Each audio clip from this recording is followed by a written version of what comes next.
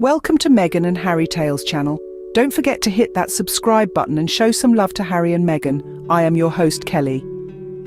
Last week, the Duke and Duchess of Sussex, Harry and Meghan, graced the ESPYs, the annual sports awards show that recognises individual and team athletic achievement and other sports-related performance. And they sure made their mark. The highlight of the evening was when Harry was presented with the Pat Tillman Award for Service. This prestigious award, named after the former professional football player turned Army Ranger who died in service, is given to an individual with a strong connection to sports, who has served others in a way that echoes Tillman's legacy. Harry, with his military background and his founding of the Invictus Games, perfectly embodies this spirit. His acceptance speech, acknowledging Pat Tillman's mother Mary and the Invictus Games, was heartfelt and moving.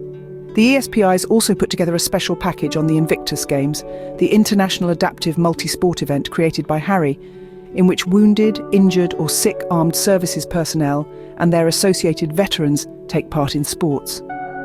This inclusion further highlighted Harry's dedication to service and gave the Invictus Games much-needed exposure to new audiences. The positive impact of the Sussexes' presence was evident.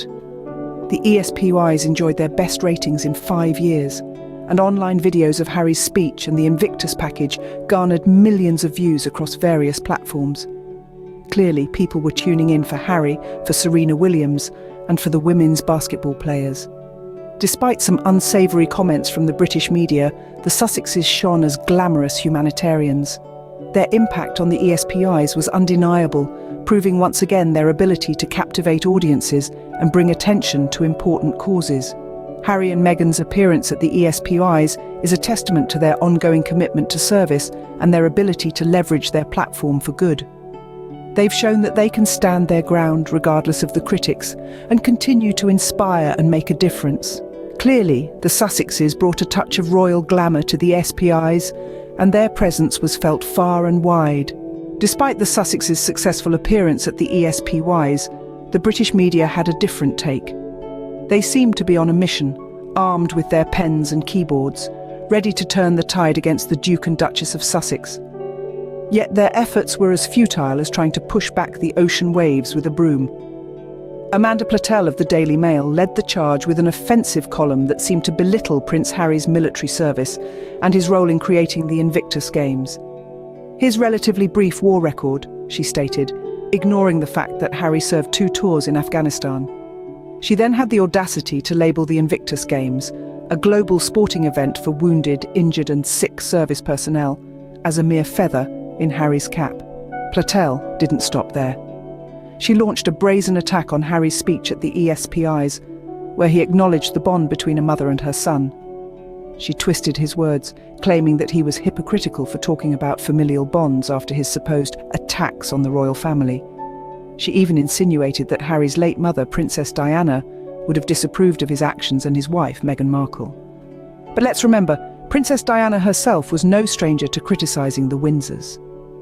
As if on cue, Kate Mansi of The Times chimed in with her own tirade, trying to convince her readers that the Sussexes are faltering and flopping in America. This, despite the fact that Harry received several standing ovations at the ESPYs. But Mansi didn't let facts get in the way of her narrative. She labelled the award a publicity crisis for Prince Harry and questioned whether his popularity was waning in the States. These unfounded accusations and desperate attempts to maintain a negative narrative about the Sussexes seem to be the British media's last-ditch efforts to salvage their reputation. But the public isn't easily fooled. The millions of views on the videos of Harry's speech and the Invictus package speak volumes about the Sussexes' popularity. The British media's tantrum, it seems, fell flat. Their attempts to tarnish the Sussexes only served to highlight their own bias and desperation. Instead of reporting the news, they've become the creators of their own twisted fairy tales. The Duke and Duchess of Sussex, meanwhile, continue to shine on the global stage, using their platform to uplift and inspire. In the end, the tide hasn't turned against the Sussexes, but rather against the British media. Their credibility is waning while Harry and Meghan's star continues to rise. They may be thousands of miles away from the UK, but their impact is felt worldwide. Perhaps the British media should take a leaf out of the Sussexes' book. Use your platform to uplift, not tear down. But until then, we'll continue to see them for what they truly are: peddlers of negativity, desperately clinging to outdated narratives. It seems the British media's tantrum fell flat as the Sussexes continue to shine on the global stage. Despite media narratives, the public's perception of the Sussexes remains largely positive. Indeed, it's impossible to ignore the millions of views on the videos of Harry's speech at the ESPYs and the special feature on the Invictus Games.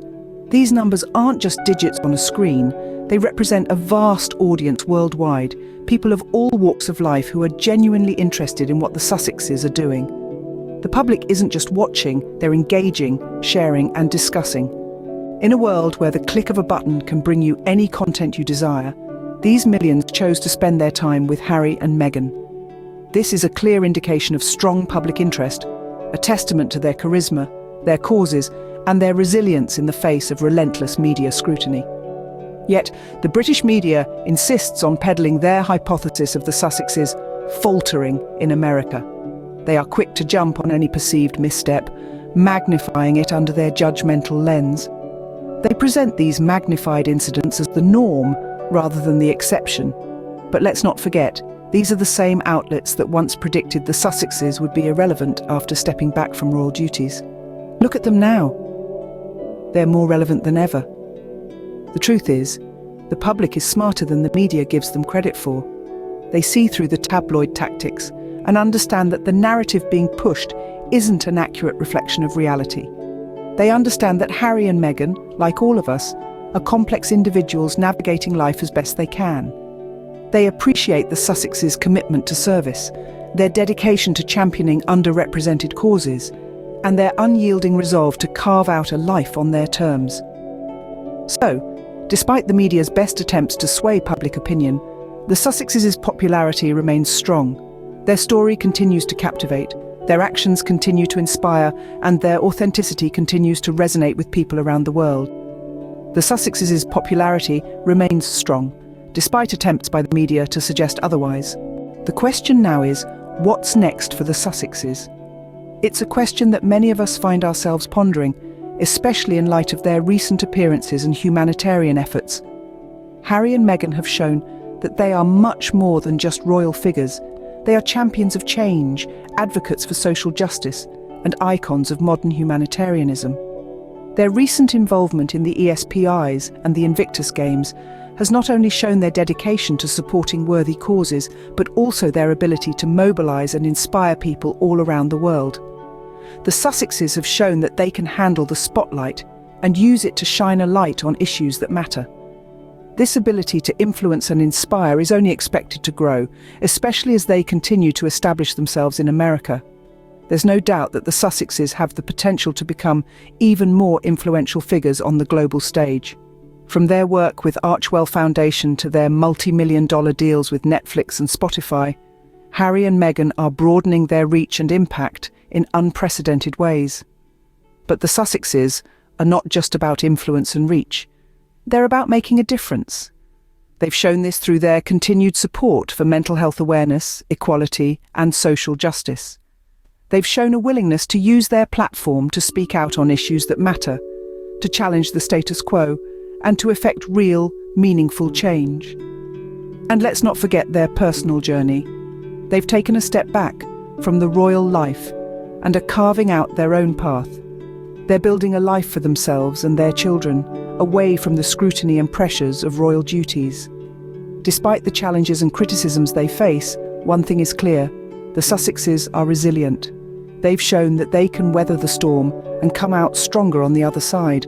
They've shown that they can turn adversity into opportunity and criticism into motivation. So, as we look to the future, it's exciting to imagine what Harry and Meghan might achieve next. They've already accomplished so much, but it's clear that they're just getting started.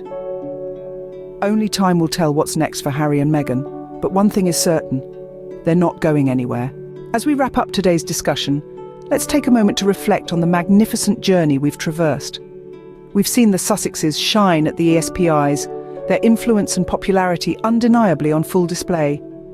We've also examined the British media's relentless yet futile attempts to tarnish their image.